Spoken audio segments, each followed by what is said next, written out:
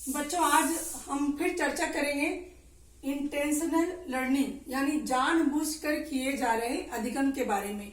पिछली कक्षा में भी हमने इस पर चर्चा किया था और इसकी अवधारणा क्या है या इसके महत्वपूर्ण तत्व क्या क्या हैं उस पर हमने बात की थी।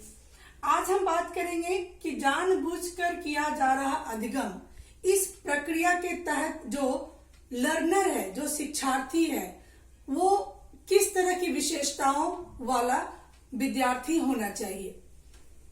सबसे पहले एक बार पुनरावृत्ति की जाए पिछले क्लास की कि ये एक ऐसा अधिगम है जिसमें ज्ञान प्राप्त करने वाला पूरी सोच समझ के साथ पूरे योजनाबद्ध तरीके से कहीं जाकर कुछ सीखता है। जैसे मैंने बताया था कि यदि आपको कोई रेसिपी बनाना सीखना हो तो आप गूगल पर जाकर सर्च करती हैं, मतलब वो बिल्कुल ही इंटेंशनल किया जा रहा लर्निंग है। अगर आपको कोई नई भाषा सीखनी है तो आप उस नई भाषा को सिखाने वाले जो कोचिंग इंस्टीट्यूट होते हैं, आप वहां जाकर नामांकन लेती हैं और सीखती हैं। तो ये सारे जो अधिगम है वो बिल्कुल सोच समझकर किया जा रहा अधिगम है।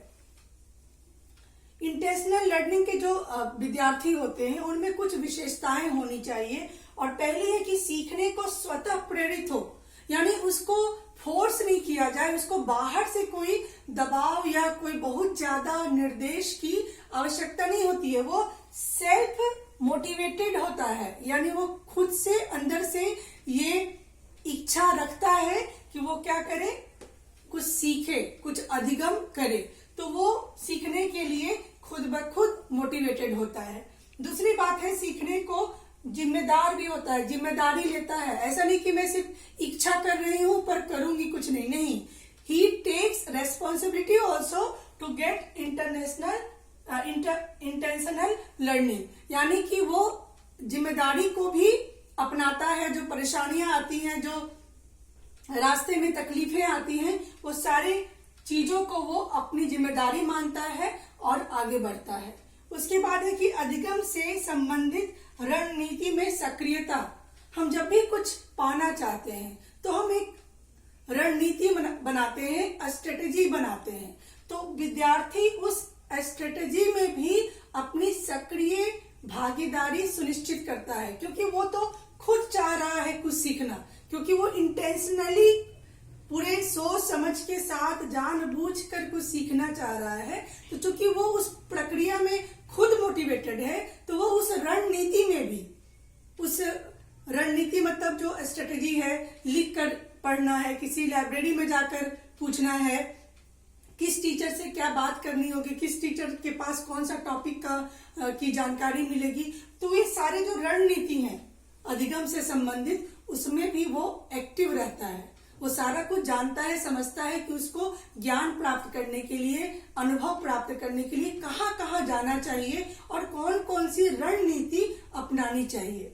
उसके बाद है कि आत्मचालित या निर्देशित, सेल्फ डायरेक्टेड होता है। वो उसके अंदर से ही आवाज आती है कि वो कुछ सीखेगा, वो आगे बढ़ेगा, उसे ये काम करना है, उसे ये कोर्स पूरा करना है, उसका उद्देश्य ये है, तो उस उद्देश्य को पाने के लिए उसको क्या क्या करना है। अंदर से ही वो खुद से डायरेक्टेड होता है। उसको बाहर से कोई पुरस्कार, दंड या कोई दबाव या कोई प्रेशर की आवश्यकता नहीं होती है। उसके आत्मा में ही ये बात होती है कि उसे क्या करना है। वो खुद को ही निर्देश देता है, दिशा निर्देश देता है इस अधिगम के तहत। उसके बाद बात आती है कि जागरूक, क्यूरियस होना चाहिए, जानने की इच्छा होनी चाहिए, क्योंकि एक लर्निंग के प्रोसेस में बहुत सारे पड़ाव आते हैं। एक सुषुप्त विद्यार्थी बहुत कुछ नहीं सीख पाता है, तो क्वेश्चन आंसर होगा, ग्रुप वर्क होगा, प्रोजेक्ट वर्क होगा, कुछ जानने की इच्छा है तो शोध कार्य होगा, छोटे मोटे रिसर्च वर्क होंगे। तो ये सारी प्रक्रिया में वो जागरूक रहे। कोई एक ही रास्ते से चलने से तो अधिगम हासिल नहीं होगा, उसे बहुत सारे रास्ते को तय करने पड़ेंगे, समझना होगा, तभी वो इस अधिगम को प्राप्त कर सकता है, जो कि जानबूझकर किया जा रहा है। आप जब कहीं कोर्स में एडमिशन लेने के लिए जाती हैं तो आप घर से ही प्रिपेयर होकर जाती हैं कि आप जा रही हैं और आपको ये सीखना है। और इसका उल्टा होता है एक्सीडेंटल लर्निंग, यानी दुर्घटनावश आप कुछ सीख गई। आप किसी रास्ते से जा रही हैं और अचानक आपको वहां पे ऐसा महसूस होता है कि उस रास्ते से जाने से घर जल्दी पहुंच जा रहे हैं, तो वो एक्सीडेंटल आपने कुछ सीख लिया कि आज भाई बहुत बारिश हुई है तो चलो हम इसी तरफ से नहीं होके उस तरफ से जाते हैं, और अचानक आपने वो रास्ता पकड़ा तो आपको अचानक ये बात समझ में आई कि इस रास्ते से ज्यादा तो सही ये रास्ता है। वो एक्सीडेंटल लर्निंग है, क्योंकि आपने पहले से सोचा नहीं था, आप स्थितिवश उस रास्ते पर गई और आपने एक नई जानकारी, एक नई सीख हासिल की। तो वो एक्सीडेंटल है, पर ये इंटेंशनल है, यानी जानबूझकर सोची समझी रणनीति के तहत सीखा गया अधिगम, लर्निंग।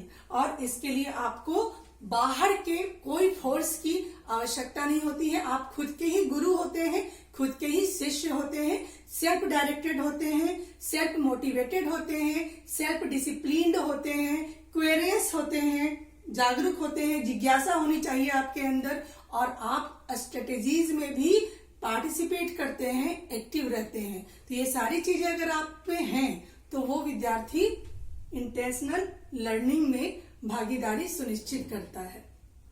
धन्यवाद।